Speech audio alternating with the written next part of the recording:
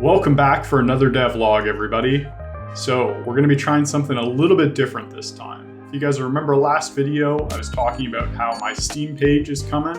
I've got that to show you, which is very exciting, but we also have some business to discuss. If you guys will remember, before I kind of went on my long hiatus, I was talking about how I'm going to release the game on Xbox. Now I came back and I'm talking about Steam, so what the heck is going on, John? This video I wanted to try something different, do a little bit more kind of explanation and talking. So record myself talking, and at the same time I have some footage of just getting some tasks done on the game, which I'll pop up and show what they are. And just kind of talk about what's been going on and what's happened since that hiatus.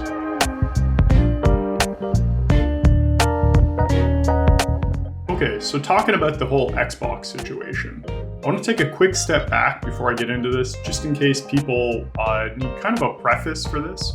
So when you make your own game, obviously it's kind of your responsibility to make the whole game, make all the gameplay, the content, music, programming, and all of that. Sometimes you'll do it with an engine, sometimes you make your own like I did. But in terms of releasing the game, that's kind of where other companies come into play. So for Xbox, for instance, you're going to be working with Xbox or Microsoft to get your game listed on their store. They'll accept the payments, they'll take their cut of that and host your game, and they'll kind of provide all of the infrastructure of making it so someone can buy your game, download it, and play it on their Xbox. The same goes with PlayStation and Sony, or with Steam on PC. These are kind of the back ends, the companies that are responsible for delivering your game. And it's kind of an important part of game development, of where is your game going to release, what's the price going to be, and those relationships with those companies. Now, unfortunately, with this whole Xbox conversation, I don't want to go too deep in the details because I signed an NDA, a non-disclosure agreement, with them going through their process. I know it kind of stinks. At this point in time, I feel like we're all about transparency with things, but I'm also a business in a way. I have a small company and I'm just starting in the video game industry, and I don't want to burn any bridges. I don't think I would burn any bridges. I don't really have anything salacious to say. But just as a result, I can't really go too deep on details. The long and the short of kind of what happened with the whole Xbox thing was I started going down the path of they have an ID at Xbox program, which is meant for independent developers. I kind of initiated the whole process. They have forms you can fill out. All of this you can go out and do. There's a website, you can go to it right now, you can register, you can start putting your game through the ID at Xbox system. It's really not all that much smoke and mirrors going on there, and they're pretty transparent. But in essence, I started this whole process. It took about 4 months, which was a bit on the long side for my taste. And ultimately, they told me they didn't think it was a good fit, my game. So I won't lie, that was a bit of a bummer receiving that, especially as kind of a solo developer. I don't really get a lot of feedback very often, and not even necessarily like, oh, I like the game, or the game is good, or, you're doing well. It's just kind of, I've been working in isolation for so long, so when you kind of have a moment of a third party giving you, this is a chance to be like recognized and feel good about yourself and your work, that aspect was a bit of a bummer.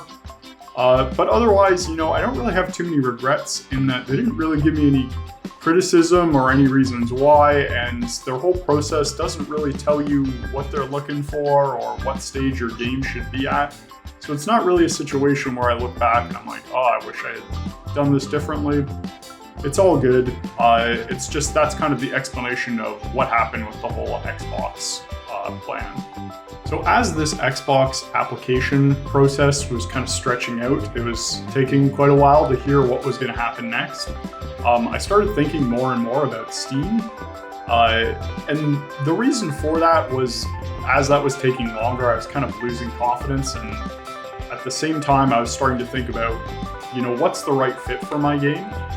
The big benefits of releasing on Xbox are less games come out on Xbox, so their store, you get better visibility.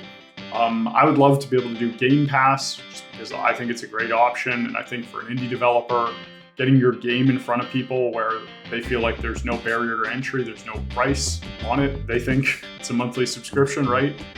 We'd get more people to play my game, which would be good.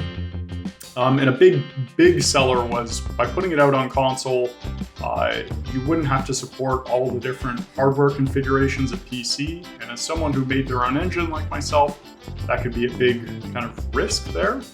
And the last reason was just I like Xbox. I love Halo. I've always played on Xbox, so I kind of had an affinity there. On the other side with Steam, as this was kind of drawing out, I was kind of starting to realize, like, you know, like, I could have this released on Steam in a lot shorter time than Xbox because I won't have to port my engine to Xbox. My game ran well already on PC, on Windows, and if it were to go out on Xbox, I would have to port it over to work with their code, which I figured would be some amount of months. So I started thinking, you know, Steam, I could get this out there a lot sooner. Obviously, there is the downside we talked about last video about handling different types of hardware. There's also a lot more competition on Steam, but kind of given the way the application process went, it kind of forced my hand. In terms of all of it now taking a step back, once again, like everything is NDA'd, Steam included. Steam's pretty public with all their stuff. You could find a lot of this online. But really, kind of the difference I felt was Xbox was a bit of a slow process, and they reviewed my game. I have no idea what that entailed. I have no idea how many people looked at that. Maybe I just annoyed them with contacting them while I was waiting. Whereas Steam, on the other hand, you kind of submit, I think it was like $100 US to join their program, and from there you can release. And it's kind of the good and the bad, right? Of with that more open system of Steam, you're going to get a lot more games on the platform. So for me as a developer, my game's going to be competing with a lot more. It's going to be competing for visibility.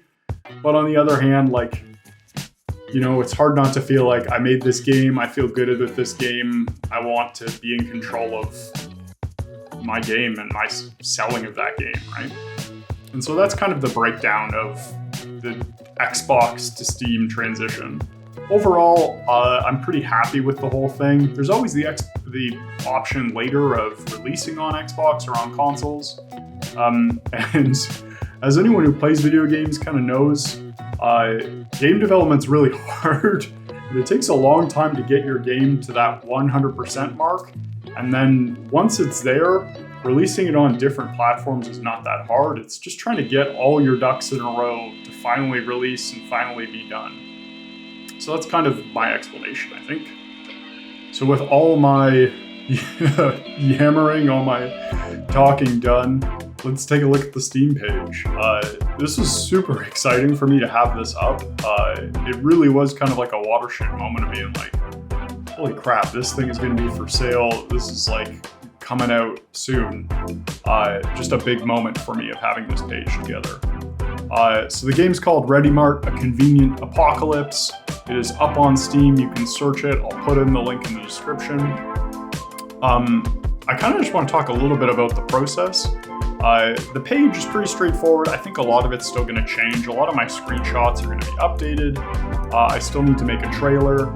And I'll probably go back through and update a lot of this. The big thing to talk about is I'm going to be launching an early access. The two main reasons for this are, like I talked about, I want to make sure I can handle all of the different PC hardware I would encounter on Steam. So I really don't want to release my game and immediately it starts crashing on people and people are frustrated. So by releasing an early access, the expectation's a little more measured, I would say.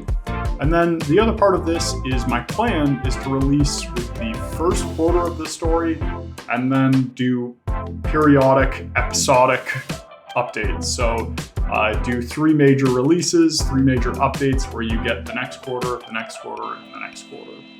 And once again, that's kind of, I'm hoping to aim small, miss small, do a smaller release, get feedback, see what needs to be improved, release the next update, and repeat. And hopefully when we get to that 100% done or 100% complete, it'll be more polished as a result. So you can check out the page. There's information on all this. The only thing I wanted to talk about with this is kind of a funny story. So that whole Xbox thing played out. That took a long time.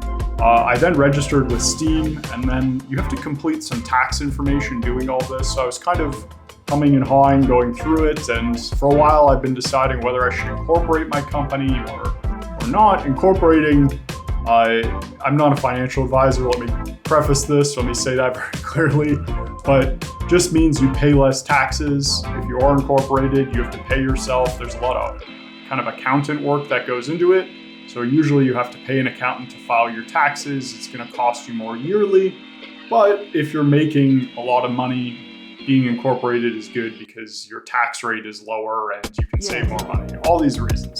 So I was kind of going back and forth with this whole Steam thing, trying to figure out how to file all my information. I took a while to do this, and then I got into Steam and I saw the next Steam Next Festival is going to be happening in early February, which is great timing. And by the time I got into Steam and was able to make a page, the enrollment for it was a week away. And I started very quickly filling out all my information, all my descriptions. You have to do a whole bunch of pieces of art or a whole bunch of graphical assets to get your page approved, your minimum specs of the game, content advisory, all sorts of stuff. So I was in a hurry just thinking, I really want to get into Steam Next. It can really help your game's visibility, get people to try out your demo and see your trailer.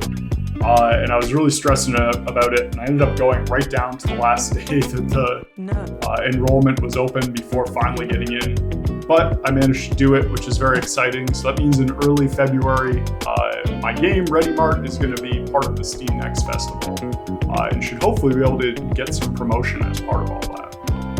Alright, I think that's it for this video. Bit of a different one than usual, more of a kind of story time update than a devlog this time. I just wanted to give you guys the story with the Xbox situation, wanted to share the Steam page, go out there and wishlist it if you'd like, it would really mean a lot, and just kind of give you the update. Next video will be kind of more active. I'm getting into the Foley work, recording all the sound effects for the game, so I think it'll be a bit more fun in terms of recording. Going to be a lot more using my cell phone to record me recording around noises in the apartment. But be sure to check that one out. Until then, we'll take it easy.